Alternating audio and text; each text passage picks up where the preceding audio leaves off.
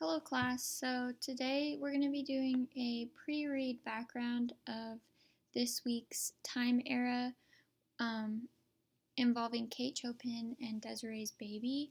So this is still within that late 1800s, around 1890s range, um, but it's focusing on something else. So what's going on in this time?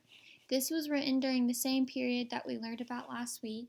However, Chopin's work adds another level to this by creating a short story set in a different setting than we learned last week and with different conflicts that work side by side with the gender issues we already discussed. So a little bit on the short story's background. Again, it's called Desiree's Baby. It was published in 1893, set in Louisiana during the mid-19th century, and the literary period is American realism and naturalism. So who's Kate Chopin? Kate Chopin was born as Catherine O'Flaherty to an Irish father and a French mother. You're going to see those French roots show up a lot in the story. She married at age 20 and moved with her husband, Oscar Chopin, to New Orleans. After the births of her children, which I think she had about 7 or 8 kids, her family moved to Cloutierville, which is a tiny community in Louisiana. This setting became the source of inspiration for much of Chopin's writing, particularly her exposure to an interest in the Creole culture. So, Louisiana plays a big factor in Chopin's life and what she writes about.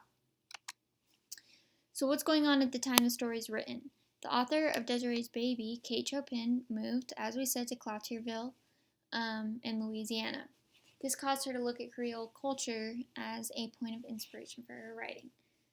So, as we learned before in the yellow wallpaper, these were written around the same time, which means those gender conflicts are still key, but we're going from Europe to the U.S., so keep in mind this is going to take place in Antebellum, which is the South pre-Civil War. So what is Southern Creole culture? The product of immigration of French and Spanish immigrants into Louisiana prior to the Louisiana Purchase. That's what it is. Later immigrants have contributed to the culture and traditions of this region, but the term Creole arose to refer to a person born in the colonies rather than their mother country. So it's basically people from France and Spain who moved to Antebellum South. But a Creole is someone who actually was born in Antebellum South, but their ancestors were from France and Spain. So we'll just continue. What is this culture? The culture was influenced by slavery in the United States. Prior to the Civil War, the American South was culturally organized around slavery as a racial caste system. So that's by levels. Now white-skinned Creoles became wealthy plantation owners and also participated in the culture slavery produced. And again, you're going to look more on this when you do that keyword vocabulary search. But the Creole culture is often identified with a distinct language, which is French and West African hybrid. So here's just some pictures of Antebellum South to refresh you on what it would look like at the time and how the setting of this story is going to look like. So you have those big plantations, big trees, a sign of wealth, contrasted with African American slaves who were working on the plantations. This is what's characterizing Desiree's Baby as we start off. So, like we said before, we're still in that 1890s theme of feminism. So, similar to what we saw last week, Chopin also has feminist themes working at play here. Many of Chopin's progressive ideas and her exploration of the roles of women in society were rejected by the socially conservative environment in which her work was received. So in this way, she was ahead of her time.